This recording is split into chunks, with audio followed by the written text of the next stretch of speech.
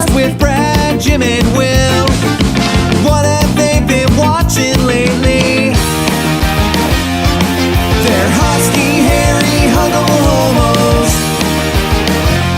Movie Bears Podcast.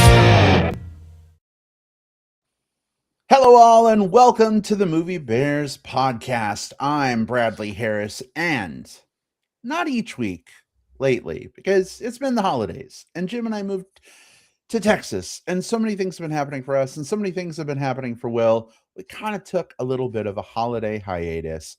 To be fair, we normally do that anyway, but we are back and we are ready to do a little holiday movie roundup. Jim, if you want to insert like an actual whip sound effect or something, feel free. Hoof beats and all that stuff. Yeah. All that stuff. That's right. I see we got a bunch of people joining us already. Yay. Hello. Welcome. Glad to see all of you. Welcome back, friends. I hope you had great holidays. Happy New Year. All that fun stuff. Holiday movie roundup is where we talk about some of the fun things we saw over the holiday break. Put them on your radar. Some of these things you may have seen, some you may not have. It's basically one extended butt plug. Yeah. Section. One oversized plug. Oversized butt plug. There you But go. we'll fit it all in. We'll definitely Indeed. fit it in. Come on. We'll, Between the three of us. We just, it's been a bit. We're coming back to it. We just need to loosen up a little bit and breathe into it. And I'm sure it'll open up, and do its thing, like normal. So, hey, Hamstract is on. He says, howdy, fellas. Haven't got to watch you guys live for a while. Good to see Hamstrack. your pretty faces. Aw, Hammy, we love you. Good to see you, friend. Welcome. Let me formally introduce you to my co-hosts so we can get this show rocking and rolling. Jim Pugliafico should be coming to us from Austin, where I am. Nice. Unfortunately, Not in Austin. No. he is still in Tucson for the next few weeks, working to get our house ready to be put on the market and up for sale. Sad days, very bittersweet. Babe, I hate being away from you for 3 weeks, but I love seeing your face and talking to you on the podcast. Welcome. How are you? I'm good. It feels good to be back doing the show again after what for us has been a crazy stretch of holidays and moving. I know we had a show or two somewhere in that stretch. But it's just been like one thing after another. But this is the one thing like that is kind of constant, and it's a known entity, and it's a comfort. It's like comfort food. It's like that. It's like that. It's like that late night drive to Taco Bell. You know what you know what you're gonna get, and it feels good. And I'm glad to be here. I'm looking forward to talking movies. We're gonna be, as you said, it's our holiday roundup. So we're gonna be talking. So we're gonna be talking about a bunch of different movies, and I'm ready for that. Well, glad you're here to help us recount some of the things that we saw. William Lindis used to being like 2,200 miles away from you. Now I think we're like, I don't know, 10 miles away, something. I don't even fucking know. Just down the street. Yeah. Just down the road, right? It's so crazy. Might see you and Scott Thursday, which is super fun. Looking forward to that if we can make that happen. But it's great to see you virtually. Welcome, Will. How are you? Hey, doing great. Like Jim mentioned, this show is like comfort food, right? Like this is a constant in a lot of the chaos that we have. I've got a lot of chaos going on in my life. You guys have just moved. So there's a lot of things going on, but it's nice for us to kind of get back to basics and talk about movies, especially in a format like this episode where we're not really beholden to any one specific film. We're going to just dump a bunch of films on the table and say, yeah, this is what we've been watching lately, like you hear in the theme song, and maybe make some recommendations. Hopefully some that if anyone's listening live right now or catching up on this later on while they're driving or at the gym, maybe there's something that trips your trigger and inspires you to hit the theaters or grab something from your latest streaming site. So this is great. I'm excited. Let's do this. And I'm just going to say one of my things is not a movie, but since you mentioned our theme song, Will, it Cheater. literally says, "What have they been watching lately?" Yeah. So it doesn't have to be a movie. I got something TV related. Exactly. Spoiler Also, alert. our show, our rules. That's true. That's right. We It's do your whatever butt that. plug, so whatever you put in there is up to you. Does it have a flared base or is it Yeah. Yeah. Oh goodness. Oh, I my. missed this. Me too. Me too. Well, great holidays. Jim and I got to spend time with family back in Tucson, and then we did our annual question mark now that we've moved cabin trip up in Pine Top, Arizona. We spent 9 days in a cozy cabin with a fire, watching movies, watching TV, playing games. It was wonderful. We did have a chance to see some movies, which is great. The TV thing I'm going to talk about, I actually got to watch for the second time and introduce a really good friend of mine too, and it was a delight. But Will, how real quick, of course, because we want to get into the talk, but did you and Scott have good holidays? Did you get a chance to watch a few things? Actually, we got a chance to watch a lot over the holidays, which was fantastic. When we have our holidays, so Thanksgiving, Christmas, we always make it a habit, a ritual. It's part of our tradition. We'll go down and visit family, but then we'll book a movie for that evening.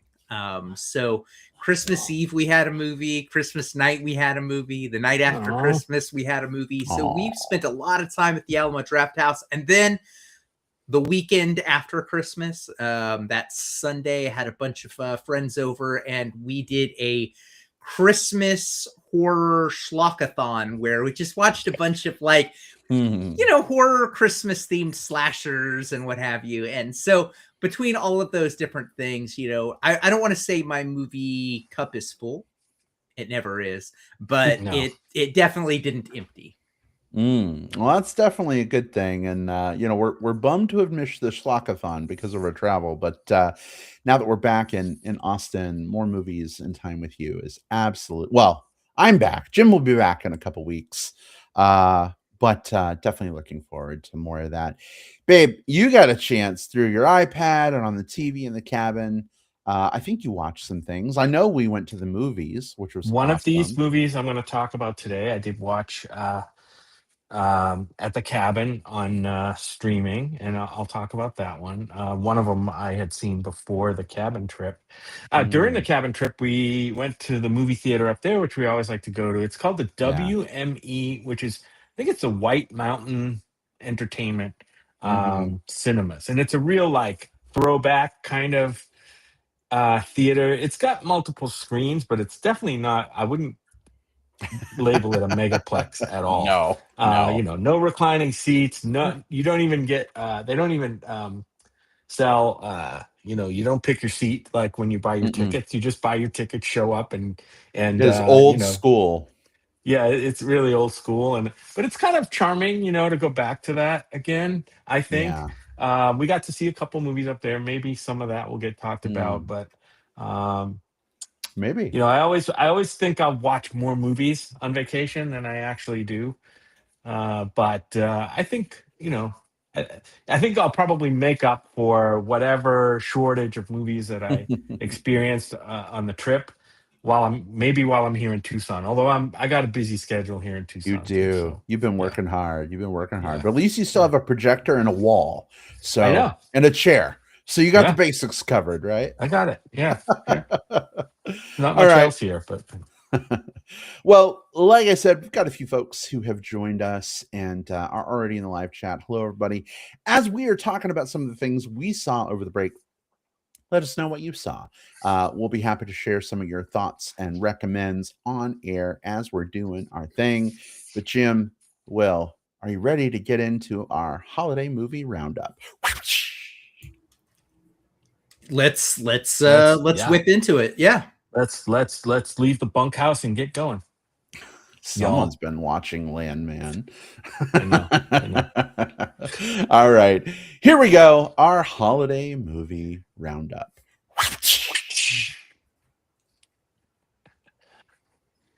All right, so this is a show we love to do every year. Invariably after the break, we've all been watching a bunch of stuff. Some of it together, like with me and Jim and Will and Scott. Some of it apart. All the things, it's just there's a lot, and so we have each picked out a couple of things to I was going to say single out, but if it's two, I guess it's double out, to put on your radar and tell you a little bit about. And as I said before the jump, we want to hear what you've been watching too. So definitely let us know in that live chat. But Will, why don't we start with you? Because I was listening when you were talking about like being at the Alamo like 50 times over the break. They've probably like engraved seats with your names by now, which is amazing. Hopefully they will for us someday. But Will, what was your first pick for this episode? Yeah, so my first pick for this episode is actually a film that I didn't fully have on my radar. It was something that I knew was coming out, and I had kind of a middling interest in that I ended up enjoying a lot more than I was expecting. And the movie is called Song Sung Blue. So Song Sung Blue, it's directed by Craig Brewer, who previous to this has really done, aside from some TV direction, just a few movies, including the most recent Coming to America sequel and My Name is Dolomite, which I enjoyed quite a bit. But this is a biopic about this Neil Diamond tribute band, but specifically the two front people on it, Lightning and Thunder, Milwaukee husband and wife team, who are played by Hugh Jackman and Kate Hudson. And the story is really about the two of them meeting each other, going through the experience of finding out why they want to become a Neil Diamond tribute band, and then sort of their own rise to local fame within the Milwaukee scene, and some of the kind of the dramatic things that happen to them along the way. This was a surprise to me. Of course, Hugh Jackman and Kate Hudson can sing, and so it was nice hearing them sing. I'll be honest, I don't know that I was necessarily like the biggest Neil Diamond fan coming into this. I mean, everyone knows Sweet Caroline, has sung along to it at karaoke. One thing that I really walked away from this with is an appreciation for just how many deep cuts he's done that I didn't even recognize as necessarily being his originally, because they were covered by someone else subsequently. And so I knew this version of this song or that version of this song. But I also really love the sincerity with this. I have a problem sometimes with, the womb to tomb biopic, where it goes through every portion of someone's life. I want a biopic to tell the story that it needs to tell. And I think this one starts at the exact right point and ends at the exact right point. It knows what story it needs to tell and what the kind of that meat in between it's going to be. There's some surprises along for the way. And I think that because this is based off of a true story, and there's a documentary out about it that's I have not seen, but I know is heavily influenced this film. You may come into this sort of already knowing some of the beats or not. I didn't. But I quite enjoyed both the dramatic moments, the moments of levity, and just overall the amount of like sincerity and respect that this film gave to these two performers as well as to Neil Diamond himself. So this one, it's not going to be like a year-end best of for me, but I had a fun time with this one, and I would strongly recommend it. Like this is a solid film. I love that you called this one out, Will, especially because I think like you, I'm not the biggest like Neil Diamond person. Obviously, I know Sweet Caroline. You're both dead to me. And Cracklin' Rosie, I think is the name of the song. Yeah. But I don't really know much else by Neil Diamond, and so when Jim's like, "Hey, babe, do you want to go see this one?" I'm like, "Well, we're in a cabin up in Pine Top. I'd love to get out and Nothing see a else to movie. do. Sure, let's do it." And like you, well, I don't think this is going to make like my top 10 list. But I actually had a really good time with this. And honestly, this isn't a dig against Hugh Jackman. His performance impersonating Neil Diamond or impersonating a Neil Diamond impersonator Right. was great, and his singing was wonderful. But I actually came out of it wanting to explore more of Patsy Cline's library. Hmm. Given Thunder's previous career as a Patsy Cline impersonator. And so I've been listening to several of her old chestnuts, and it's been really nice. My mom loved Patsy Cline a lot. And Mm. for a long time, I've kind of avoided Patsy Cline because it reminds me of her and that takes me bad places. But I've done therapy and it does wonders. And now it's good stuff listening to those songs. So I really appreciate the movie for reconnecting me to Patsy Cline and my mom, which I think is awesome. Also, the Minnesota, whatever accent Thunder had in the movie, I mean, it sounded like the people back Yeah. home in Michigan, where I'm from. The way she says "bag," that's bag for people who are not from Michigan and Minnesota. It's spelled BEG, big. Well, maybe it's BHEG, but yeah, that's the way we talk, yo. Although now that we live in Austin, y'all, who knows? Maybe it'll change. And on that note, Brad, Jim, we have between some of the roads here and maybe about 10 to 15 of the surrounding cities here, we have a few places here in Texas where if you spell them out phonetically, it's nowhere near the way it's actually pronounced. So I will get you a how we pronounce it locals Oh, thank guide goodness. just to help you with some of these because Thank you. there's some real head scratchers here, but it's the way we do it. It is. Babe, did Love you it. have any thoughts on Song Sung Blue? I do, Will. It's a great pick. I am shocked that you picked it because I know you saw a lot of movies, and so for this to bubble up like in onto the list of the two that we're going to mention on this show, tells me that it did make an impression on you, and that's great. And it did on me too. I didn't know, I know probably more Neil Diamond songs than both of you, but I'm not a Neil Diamond fan. I don't know anything about his life. This movie was not about Neil Diamond. Let's get that right. It's not. I want to make it clear to people who may be listening, and it's not a Neil Diamond biopic. This is a movie about a person, a person and two persons who do a Neil Diamond tribute act, right? And Mm-hmm. it's a real story. I didn't know there was a documentary until right after I saw the movie, and I haven't seen that documentary. I might check it out, but I really liked it. This movie tonally was quite surprising. Like it had some surprising turns in it. From really light and like, hey, here we are doing Neil Diamond songs and everybody to like some really dark places. And it covers a lot of range tonally. And I think it did it quite well. A lot of times that can spell bad news for a movie because the audience gets whiplash. But here, I think it worked, and I really like this movie, and I love the two main performances in it as well, and the supporting cast. Jim, if you were to ask me again if I wanted to watch that documentary, you know what I would say? What I am, I said. I said a crunchy granola bar, whatever. Yeah, I was like, crunchy fucking granola. What granola? What is this? What's happening Yeah. right now? Like some of the songs, I mean, like the crunchy granola one I knew of, but I hadn't listened to it very much. Soleiman is one that I really knew.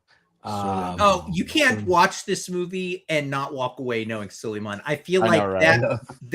that song gets more screen time than just about Yeah. anything else in this movie. he has some really offbeat. Yeah, he had some pop like standards, like Sweet Caroline, Holly Holy, Cracklin' Rosie. Brother Mhm. Loves Travel and Salvation Show, like all those ones that we know. But he also had some really obscure minor hits that like Mm. have kind of Speaking disappeared. of, I don't Yeah. know. First of all, our buddy Dave, of course, he moved away to Denver before we moved to Austin. We don't get to see him like I'd hoped all the time. But Dave, Dave. hello. He says Manchaca Road. Is that a Neil Oh, Diamond song? no, Or What? that is a No. Texas pronunciation, and it is not Manchaca. oh, That's one of those ones. It's Manchac. what is it? That's right, man. Manchac. Yeah. So Man- you don't, it's not what? Manchaca, it's Manchac. Okay.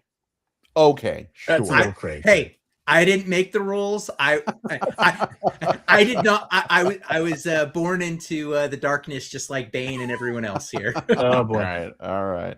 Well, Will, great choice for your first pick for our holiday movie roundup. I'm going to do that like 1,000 times.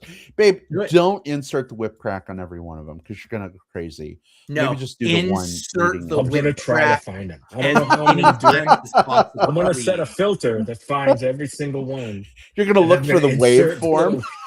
I'll do Oh a my God. waveform search. Yeah. There you go. There you go. All right. Well, babe, how about you? What is your Yeah. first pick for our roundup here? My first pick is a film that this is a strange one. I really love it. It's probably going to be on my year-end top list somewhere. Maybe some talk about Oscars later down the road. But the one I'm going to talk about is a movie called Hamnet. Um, I love Paul Mescal, right? We saw him in All of Us Strangers. Um, he was in what was it, After Sun, that I really loved. Also, he's great, and Jessie Buckley she's a powerhouse as well. And in this movie, she's incredible. The performances here. So let me. The movie is called Hamnet, not Hamlet, and come to find out, I guess Hamnet and Hamlet are kind of interchangeable in the language of like that 16th century English thing. So Hamnet was the name of the son that William Shakespeare and Agnes, his wife, back in the 16th century had, who um, I'm going to read the IMDb summary. It's I don't know if it's spoilery to know this going in or not, but it could be a surprise to people. But it says after losing their son Hamnet to the plague, Agnes and William Shakespeare grapple with grief in 16th century England. A healer, Agnes must find strength to care for her surviving children. So this film, like, really is. There's a lot of misery in this film. I will say that right off the bat. But I think that the acting performances here. I knew nothing really about. I don't know much about the Hamlet, like the William Shakespeare work. I don't think I've ever actually read it. I don't. I've seen different representations of it on the screen um, that have been done, and I've always enjoyed them. It's heavy material, and to find out that perhaps Hamlet, the William Shakespeare work, came out of the grief that he was feeling for the loss of his son, um, is pretty powerful stuff. Um, I think it's funny because this movie got a lot of buzz kind of in film circles when it was released, a lot of positive buzz, but I don't think it really caught on with the general public because, I mean, come on, how many people are going to go out and see like William Shakespeare period piece? It's a tough sell, I think, for audiences, and that's fine. But yeah, this one is the real deal. A lot of feels in this movie. I just love the performances. It's a character piece, and it's about two characters. It's, well, more than that, really. But um, Jessie Buckley might just win Best Actor for this role this year. I don't know. We'll see. But yeah, I love it. It's called Hamnet. Unfortunately, it's still in theaters. I think I saw somewhere it might be released on Peacock, like in February or something, and then later in the year on other streaming platforms. But it is in theaters right now still, if you can find it. Yeah. So this is I mean, we have not gotten to our top 10 episodes, so anything can happen. Who knows? Ooh, but yeah, I mean, this one is going to be in the conversation for me. It's a Chloe Zhao film who I absolutely I didn't even adore. mention that. Thanks, Yeah. Will. I didn't like Chloe Zhao, one of my favorite directors working today, right? From who gave us The Rider, Nomadland, and then for some reason took a left turn to Eternals, which it was okay, but it didn't really. Eternals is slept on. I think that it was unfortunately, like, people weren't ready for kind of like an art house look at like a Marvel movie. But I like that one. But anyways, yeah, Chloe Zhao is fantastic. And I think her next movie is a Buffy the Vampire Slayer one, by the way. Mm-hmm. Yep.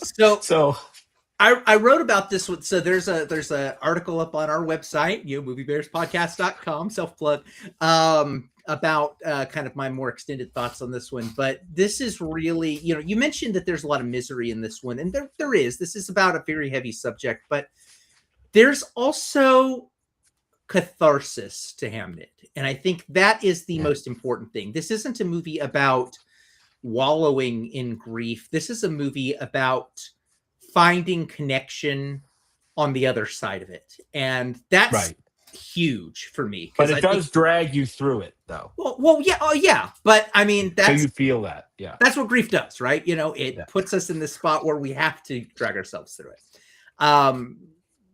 Jessie Buckley is absolutely a revelation here. I think this is, she's 100% going to be in the nominations for the Oscars, and she is sort of looking like kind of front runner status in some circles. So definitely look forward to seeing that. If you haven't caught up with it yet, and you're like, you like to be at least a major category Oscars completionist, you should get on top of Hamnet now, because this one is going to be in that discussion. There's also and I've not read it, but there's a 2020 novel that came out by Maggie O'Farrell. That this is adapted from. And so this is on that list for me. This would pair incredibly well with another film that I saw this year, Sentimental Value, which is another film about finding catharsis on the other side of grief through the arts, which is a very specific through line, but I think it's something that all three of us can relate to in some way, shape, or form. That a lot of audiences can, and that these two films do incredibly well. So yeah, Hamnet is absolutely the goods. Don't let the fact that it's a period piece turn you off. This isn't stuffy language. This is incredibly accessible in terms of like just the way it's presented and the way it feels. So yeah, you should check it out. Yeah. All right. Awesome. Well, thank you so much for sharing y'all's thoughts on Hamnet. I did not get to catch up with that one, but maybe at some point I will. I am a Shakespeare fan. I would like to re-see it. I don't know if I'll do that while I'm here, babe, or wait till I get home if you want to see it. Yeah. I mean, if you're itching for something to do, go ahead and I'll just catch it on streaming. That's totally cool. But like Hammy says in the chat, you guys are selling me on Hamnet. Yeah, right there with you, Hammy, for sure. Hammy with Hamnet. That's right. All right. I guess I'll go ahead with my first pick. I will tell you, a giant snake is the throughput line for both of my picks. See if you can figure out that connection. That's a heck of a segue for your butt plug. Giant snake butt plug. Yeah. All right. So my first pick was a movie. Y'all know me in comedy doesn't always work. It's awkward. It's weird for me. I don't know, very specific sense of humor, I guess.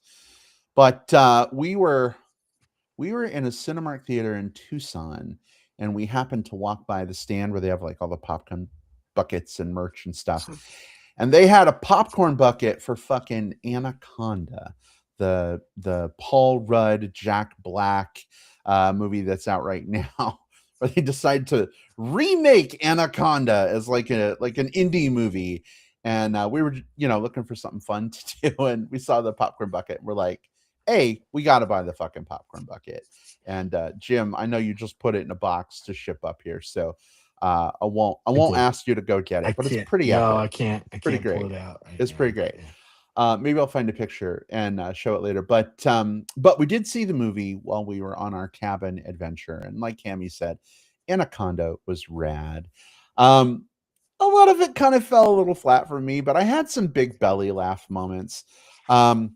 Without spoiling, I think it's a movie that has the best water sports scene that I've ever seen. So, Cammy says my anaconda does want some of that. Spoilers. Does the snake kill people? That's the question. Well, yes, it's literally in the trailer. Yes, the Yeah, snake kills people. Yeah. But I'm a huge Paul Rudd fan. I love everything he does, and we had just we rewatched the Princess Bride home movie recreation that they made during COVID. I don't know if you ever saw that, but Paul Rudd as the Man in Black was awesome, and so seeing that before we went into Anaconda with Paul Rudd was pretty fun. But yeah, it was a surprisingly fun and entertaining time. For me, a little bit of Jack Black goes a long way, and I think he like rode the line really well for me. Only one time was it super over the top. It's in the trailer. It's when he has a dead pig tied to his back. But even that, I still had a good time with it. So there's some fun cameos in that movie. I don't know. It just, it's not going to make my top 10 list whenever we do that episode. But I really, really enjoyed that we saw this unexpectedly, had a really good time with it. There's even something in there for the Kingsters, really. There is, and I gotta call this out. Tendiwe Newton from Westworld played one of the main characters in this film, and I thought she was amazing on Westworld. I don't think I've seen her in anything else yet since then. So when she popped up as Claire, I'm like, holy shit! Oh my god, it's her. I may have sounded a little more higher register in my excitement, but yeah, it was pretty cool. She's one of those people who you love to see show up in things. She's done a few, she's one of those people who shows up in movies and then you don't kind of realize how much of a presence she was in there. She's done some of the Mission Impossibles. She did Solo, a few things like that. But you're right. There's been a little bit where she just has not been as much in front of us the way that we would like her to be, and that's I'm glad to hear that she's there. Same with Daniela Melchior, who I also enjoy as an actress. Yeah, Anna. I'll be honest, you guys are making me come around on this one. I had this one on. Jack Black is on timeout for me because he gave me my least favorite movie experience of this last year. Minecraft. Yeah. Yeah.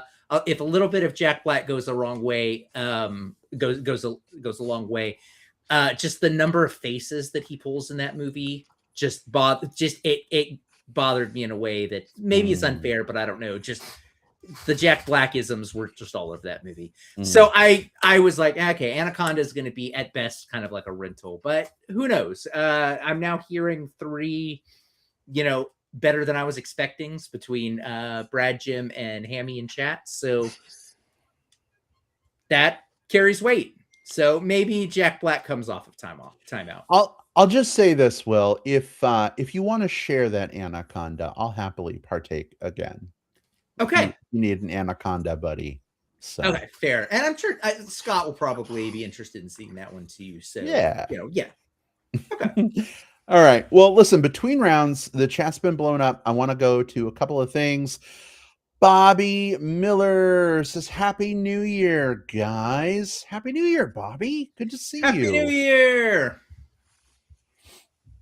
And then we've got a comment from Game Freakness that Game Freakness just finished writing a Christmas movie last year and says, I hope you guys see it and like it.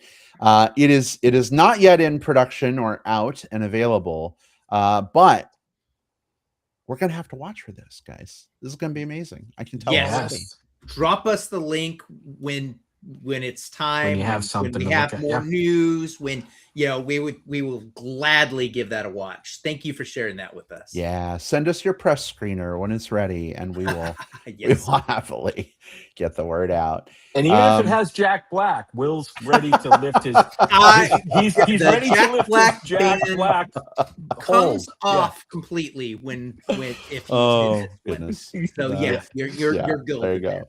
Yeah. All right. Well, let's go back to the top of the order here for our last picks. What was your second holiday movie roundup pick?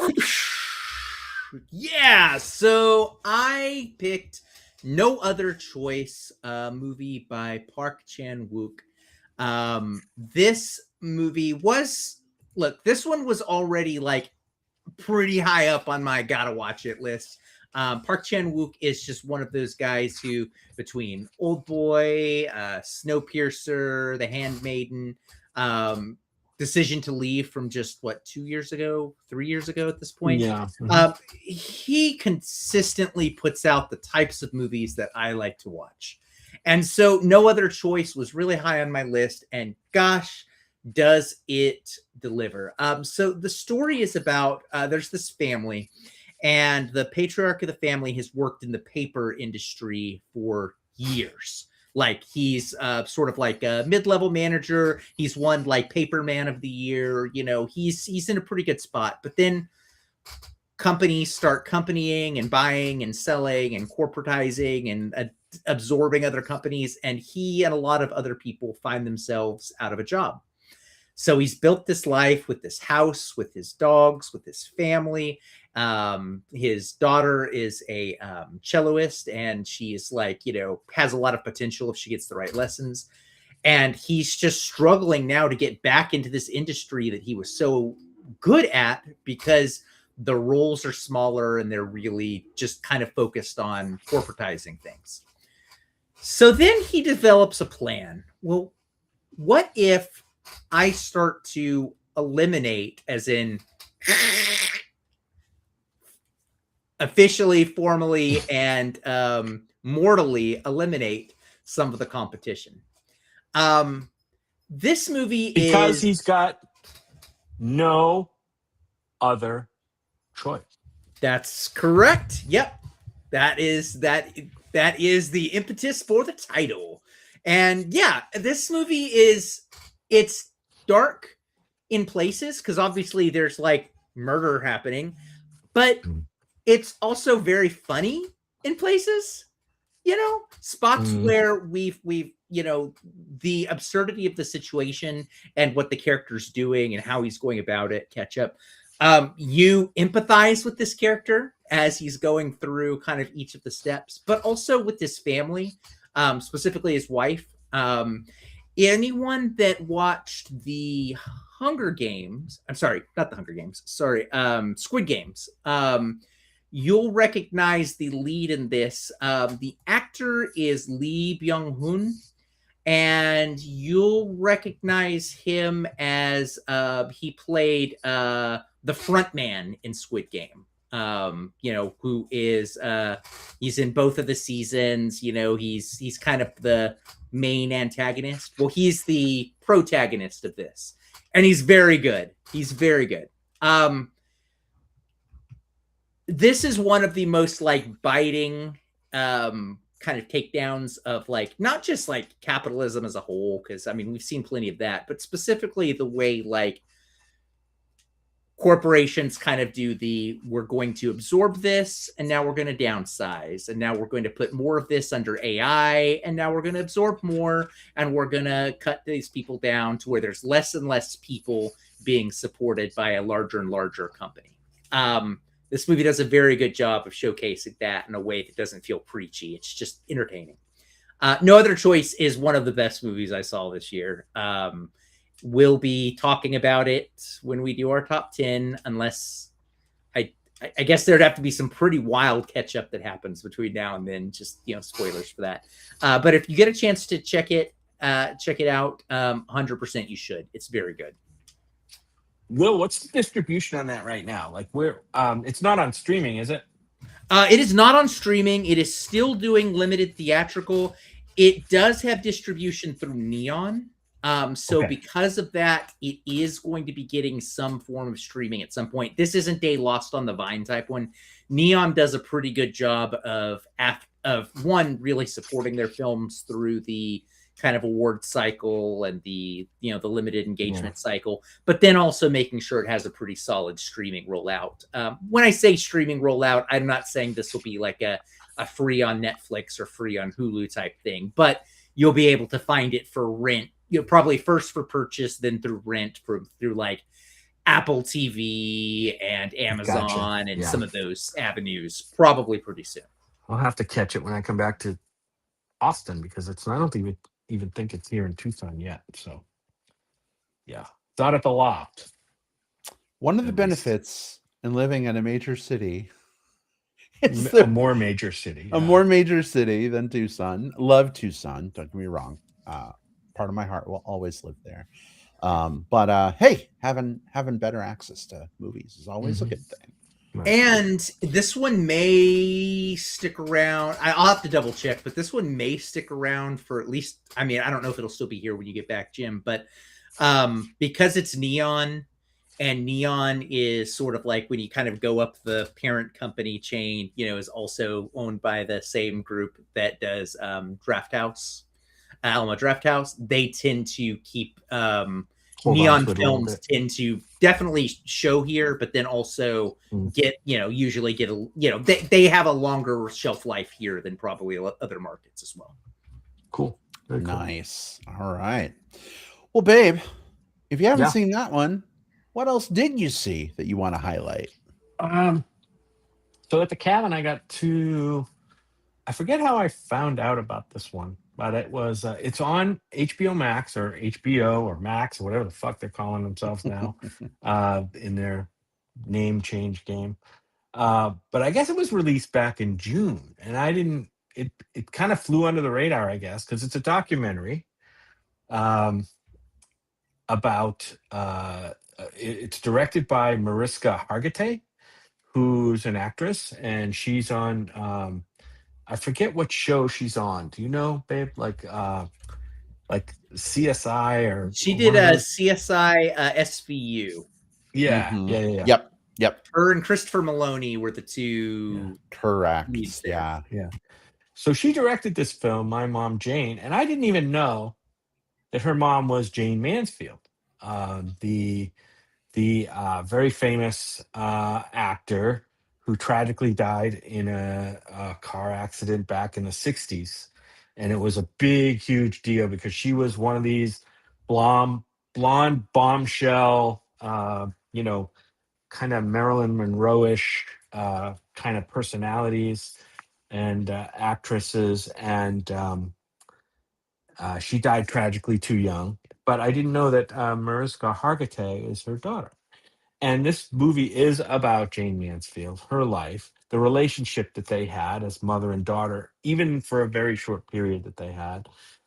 It's a really well-constructed documentary with yes, I didn't know a lot about it, but even if you did know, I think there's actually some twists in this film, and the way it's structured, it doesn't release the twists until the time of great impact. But it's a really great little documentary about it. I learned a lot historically about Jane Mansfield, her life and her work. Sometimes these documentaries that are done that have a heavy hand by a family member of the subject of the documentary can be biased.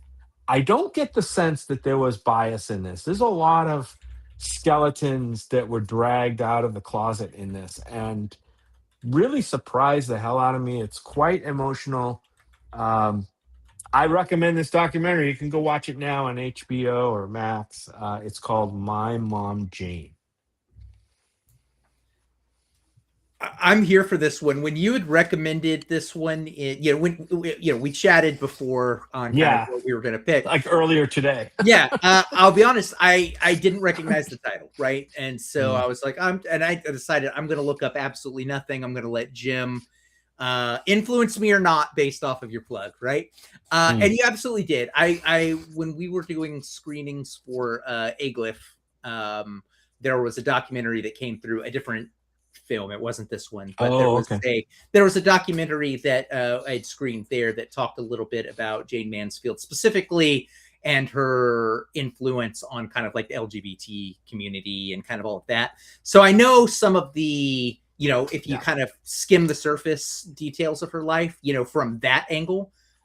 But it sounds like this one really captures a completely different set of angles as well. It's an inside angle all the way. Yeah. Like it's a totally inside. She has access to,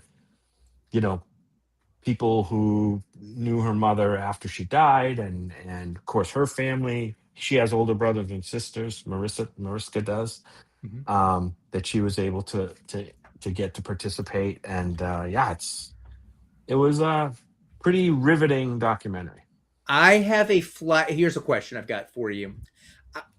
I have a flight coming up in a week. And so I'm always looking for what am I going to watch on the plane? Is this one plane safe to watch? And the reason I say that is I do know one of the major things that happened. So I don't know if there's any photographs or footage that would be nothing. Nothing okay. What's sensationalist, I guess. Okay, safer plane. Yeah. Okay, cool. Thank you. So this is I more than likely will be watching this on my flight to Orlando next week. So thank you, Jim. Sure. All right. Let me know what you think. Yeah. Good recommendation. I saw part of this. I think I sat down when you were about 2/3 of the way through it, Jim, and I was like, "Oh my gosh, Law and Order, SVU, there she is." I got to learn a little bit too, and I also had no idea about that connection. So, some powerful stuff from what I saw. I didn't see the whole thing, but really good. Yeah. Well, I tantalized up front that both of my picks involved giant snakes, and I guess I'll go ahead and reveal what that second pick is.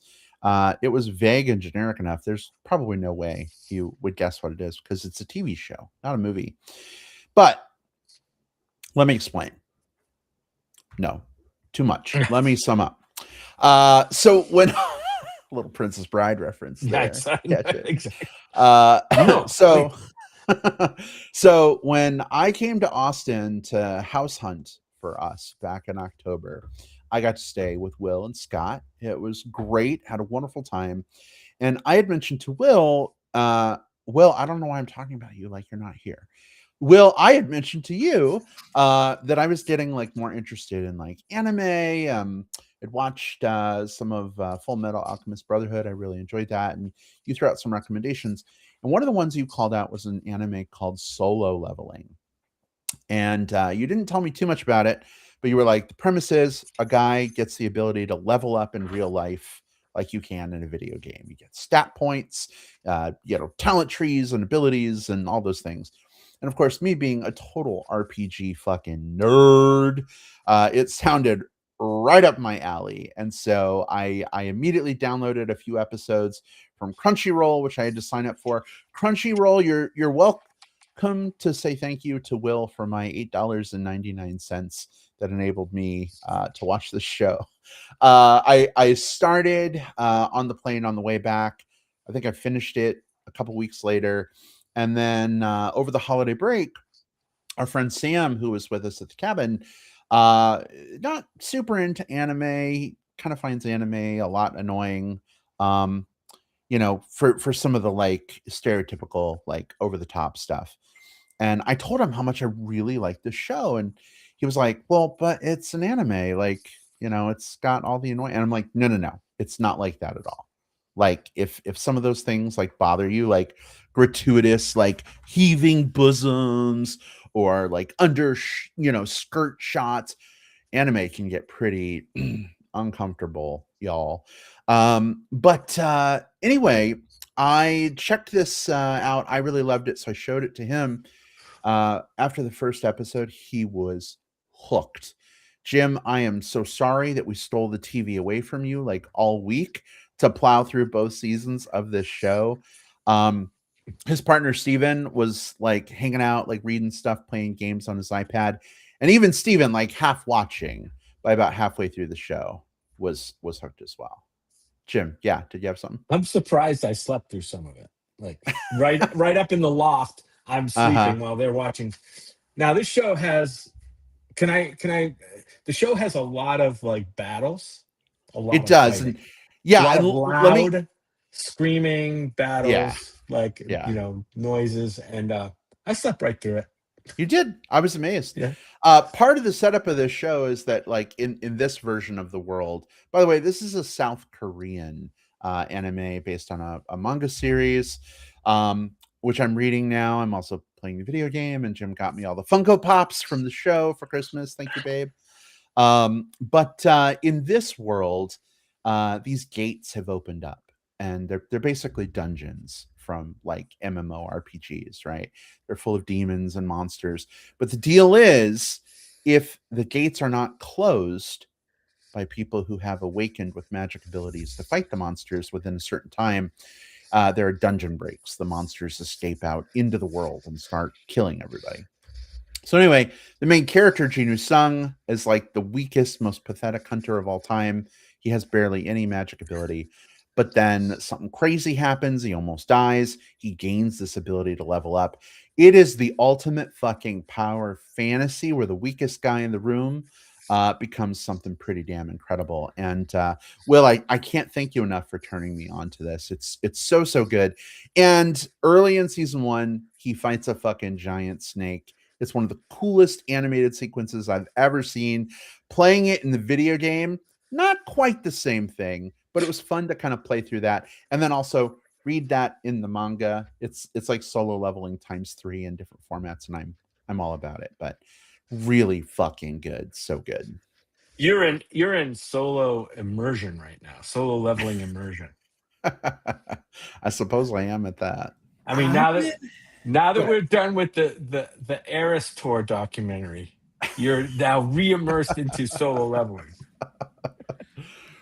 You know, I've got to start thinking about what my next recommendation for you is going to be. And I think the one, mainly because I'm also thinking of like, which anime might also kind of work for Jim too? Kind of like, Oh boy, what's that's a tall task. I tried- don't dislike anime. I tried to get him to watch Kaiju number 8, and he was like immediately like He was out after the first episode. Yeah, I would recommend.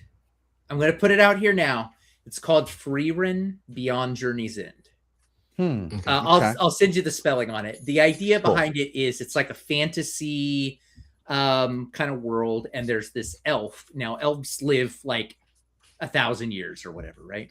And so she's part of an adventuring group early on, early on with like a human and some other things, and then a little bit of time passes, and like she's kind of the only one that's like left, and she's still young. She's still like, so it's this sort of like slice of life like story kind of as she kind of skips through kind of time, as she's like dealing with the fact that she ages differently than kind of all of her like companions who are now long since gone, but she's still trying to carry on their wishes.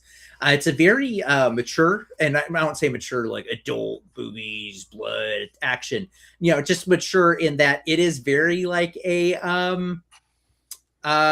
in places it can be meditative. Even that way it goes. Wow. So it's a very different animal than solo leveling, but yeah, I would recommend it. It's pretty solid. I don't know if there's much anime that I really like, but there's some animated stuff that is probably adjacent to anime. I wouldn't call it anime. Like, what was that movie? Say My Name or something like that. What was that film? Call Me by Your Name. No, not that. No, that's a different one. Are you No, it's thinking just of called Your Name?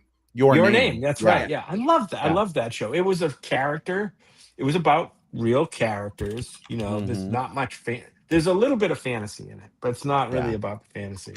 No, none of these like all of a sudden, boom, we like close up of his eyeball, and then boom, close up of his other eyeball with blood splattered across the screen. Like, it's totally different style, and and of course the leveling mechanism of the show is very, very, very like you said, babe, like MMO, right? Or video Yeah, or game, just right? RPG in general, right? Yeah, Like yeah. I'm fascinated by the idea, and I guess really kind of like in real life, like if you want to increase your strength, right? Like go to the fucking gym and level up by pumping iron. But like it's so much more fun to fight steel-jawed jackals, right? Like and then get that little message like you've leveled up. You've leveled up and apportion your skill points. Yeah. I didn't make a New Year's resolution to go back to the gym because those things, if you can make them stick, They great. don't I last very can't. long usually. But I will admit I was multitasking while y'all were talking earlier, looking up our closest LA Fitness because we have a membership from Arizona. And this really, really sweet guy we met recently at the metal show we went to, also really fucking hot, Jesse, is working right now to like gains. And he shared a routine that he's using. And I think I wanna get into that a little bit. So I'm gonna do some solo leveling or maybe group leveling. I don't know if anyone wants to go to the gym, but I just I don't know. Like if you can gamify something, I think that's what makes it really fun and enduring. So I used to and I can't really do gym stuff anymore now, just realistically. Like if I do lifting, I've got now a port implant that if I Mhm. strain certain muscles too much, this thing will pop right out of my chest, Yeah. literally pop out of my chest. So I can't do that stuff anymore. But I power lifted for a while, enough to do like a couple competitions. And there's a gym here in Austin that I did it. And one of the things that I found about it, to your point, Brad, is when you really get down to it, like the serious power lifters, I'm not talking about the guys that are there showing off their muscles to try to get girls at the gym. I'm talking the Mm. serious power lifters. They're the fucking nerdiest people that exist because that's what it is. It's gamification, it's stat tables, it's Excel documents, like to kind of figure these things out. So that's Yeah. what I was doing during my lifting. It's like, okay, I had this week I would do this and I could increase this by this much and that by that much. And if I got this, then I could do this. The next week I can do this. And it really became, gamified to that point. Yeah. So Brad, you're on the right Yeah. track. If that's the route you're going, you can scratch the nerd itch while also leveling up your games. Totally. I'm gonna track it all with ChatGPT and I'm gonna program it like to give me random like you've leveled up messages, Oh just like in yeah. solo. It's gonna be great. All right. Before we wrap this thing up, speaking of very hot guys, Angel Rodriguez is in the chat. Hey Angel. Angel says, Happy New Year. Happy New Year, Hey, friend. Angel. Yes. Hey, Happy New Year, Angel. He also says, May I ask for one more thing? Is another very memorable anime. I haven't heard from that one, but I don't know a lot about anime. Will, are Never you heard of it. familiar? I'm not, but one of the nice things about anime is that there's so much of it, right? That it's very easy to get new recommendations exactly like this. And from a memorable perspective, when we're on US, we'll have shows like, nothing against these shows, I actually haven't seen it, but like Landman or something like that. You have, or the thing that bothers me a lot on Apple TV these days is I'll see a show and I'm just like, and it'll just like, it'll have kind of a generic name. And it'll be like, oh, what's this new show that's coming out? And they're like, season 6 coming out Friday. It's like, where the fuck have I been? Animes have the wildest names. May I ask for one final thing as a title? That Time I Got Reincarnated as a Slime is a pretty popular isekai anime, one of those like people trapped in a game world where they level up type things. So the titles are pretty rad in anime. For sure. Jim, you mentioned it. I almost went with this, but I went with solo leveling instead. But the Taylor Swift documentary about making and performing the Eras tour was pretty fucking incredible too. 6 episodes on Disney Plus. God, I just love Taylor Swift so much more now after seeing all that behind the scenes of her, like even just going through her songwriting process and like changing a lyric because it was the Eras tour. And oh my god, it was really good. I think what I loved about it was like, I love to see how, I'm an engineer, right? So I love to see how things come together. and Mhm. all the moving pieces of a fucking giant production like that show, how they all come together and the timing of things, like her, I don't want to spoil too much, but like her jumping Yeah. on a fucking like an under the stage trolley that takes her like from one end of the stage to the other while she's changing her top or whatever. Like Yeah. it's crazy. It's crazy. Yeah. And she has a very sexy, big, chubby guy as one of Yes. her Yeah. dancers and performers. And he got a whole segment, and that was wonderful. Super diverse You in know, terms of yeah. like the people, her dancers, not only Yeah. culturally and racially, but also like Yeah. body positivity. So Mhm. it's pretty cool. All right. I don't want to be unfair. I got a last minute honorable mention in. Jim, Will, do either of you have one you want to I'm going call? to mention something that's not a movie or a TV show. I'm going to mention another podcast. Bill and Adrian, friends of ours, Yes. Oh my have God. been kind of sidelined. Their podcast is called Green Screen of Death, and we've talked about this early on in our history of podcasting. Um, they're really good friends in the movie world, podcast world, and for some like personal reasons, they had to sideline their show for a while. I think Bill was doing some other show.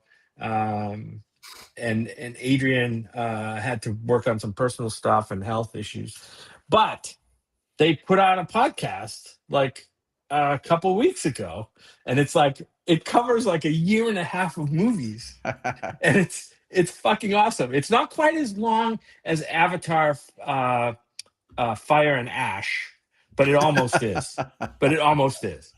But babe, that's what I listened to on the ride from Phoenix to Tucson the other day. Oh, nice. Yeah, I so it was was so nice listening to those guys.